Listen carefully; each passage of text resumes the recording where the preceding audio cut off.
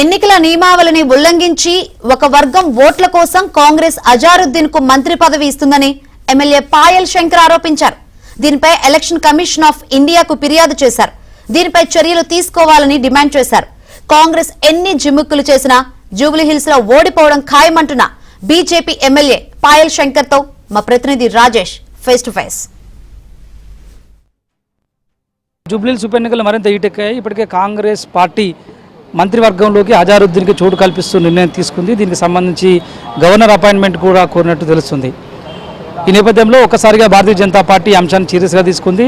ఎన్నికల కోడ్ను ఉల్లంఘించి కాంగ్రెస్ పార్టీ ఓటమి భయానికి, పర్టికులర్గా జూబ్లీహిల్స్లో మైనార్టీ ఓట్లు ఎక్కువగా ఉన్నారు కాబట్టి ఓటమి భయం చేత అజారుద్దీన్ని మంత్రివర్గంలో తీసుకోవడంతో జూబ్లీహిల్స్లో గెలవచ్చన్నటువంటి ఒక సాగుతో ఈ నిర్ణయాన్ని కట్టుబడింది. దీన్ని వెంటనే ఆపాలంటూ ఎలక్షన్ కమిషన్ ఆఫ్ ఇండియాకు ఫిర్యాదు చేసింది. మనతో పాటు మాట్లాడడానికి ఈ అంశంపై senior party leader MLA Payal Shankar గారు ఉన్నారు. సరే, అంశాన్ని ఎట్లా చూస్తారు? భారతీయ జనతా పార్టీ ఫర్దర్ కార్యాచరణ. ఈ రాష్ట్రంలో జూబ్లీహిల్స్ ఉప ఎన్నిక జరుగుతున్నటువంటి సందర్భంలో స్పష్టంగా ఎన్నికల కమిషన్ నియమావళి ప్రకారం జూబ్లీహిల్స్ ప్రాంత ఓటర్లను ప్రభావితం చేసేటటువంటి ఏ చర్య కూడా అక్కడ జరగకూడదు. స్వయాన ఈ రాష్ట్ర ముఖ్యమంత్రి గారు ఈరోజు మొహమ్మద్ అజారుద్దీన్ రాష్ట్ర క్యాబినెట్లో తీసుకుంటున్నట్టు పేపర్లలో, టీవీలలో వార్తలు వచ్చినాయి. అంటే దాని ఉద్దేశం జూబ్లీహిల్స్ నియోజకవర్గంలోని ఒక వర్గానికి సంబంధించిన ఓటర్లను ఆకర్షించడానికి తీసుకుంటున్నటువంటి చర్యగా ఈ విషయం మీద మేము Bharatiya Janata party chief election కమిషన్కు కంప్లైంట్ ఇవ్వడం జరిగింది.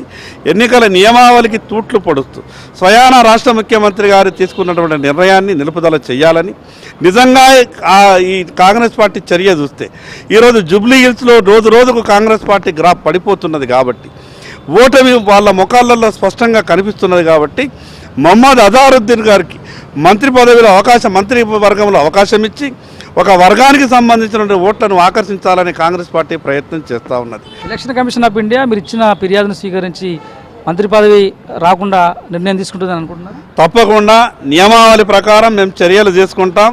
ఇక్కడ ఉన్నటువంటి చీఫ్ ఎలక్షన్ కమిషన్ ఢిల్లీకి కూడా వాళ్ళు ఉత్తరం పంపుతామని చెప్పారు. మిగతా క్లారిఫికేషన్ అంతా కూడా తీసుకుంటామని చెప్పారు. మేము చెప్పినటువంటి అన్ని విషయాలన్నీ కూడా ఎలక్షన్ కమిషన్ సానుకూలంగా స్పందించింది. ఈరోజు జూబ్లీహిల్స్ ఉప ఎన్నిక మీద కేవలం ఒక వర్గం ఓట్ల కొరకు ఇంత తాతాలాడుతున్నటువంటి కాంగ్రెస్ ప్రభుత్వ నిర్ణయాన్ని ఈరోజు మిగతా రాష్ట్రంలో ఉన్నటువంటి మిగతా వర్గాలన్నీ కూడా ఈరోజు ఖండిస్తున్నాయి. ఇది పరిస్థితి. ప్రభుత్వం పాలనాపరమైన అంశాలపై దృష్టి పెట్టకుండా ఓట్లపైన, రాజకీయాలపైన దృష్టి సారిస్తూ జూబ్లీహిల్స్ ఉప ఎన్నికల్లో గెలిచేందుకు కుట్రలు పంతున్నారు. దీన్ని తెలంగాణ రాష్ట్ర సమాజం అంతా కూడా గమనిస్తుంది. ఎలక్షన్ కమిషన్ ఆఫ్ ఇండియా దీనిపైన చర్యలు తీసుకుందంటూ మేము భావిస్తున్నాం. ఇప్పటికే ఫిర్యాదు కూడా చేశాము. కలిసి వచ్చే అంశాలన్నింటినీ కూడా పరిగణలోకి తీసుకొని జూబ్లీహిల్స్ ఉప ఎన్నికల్లో ముందుకెళ్లేందుకు భారతీయ జనతా పార్టీ అన్ని చర్యలు తీసుకోబోతుందంటూ ఎమ్మెల్యే పాయల్ శంకర్ చెప్తున్నారు. కెమెరామెన్ రెడ్డి శేఖర్తో రాజేష్.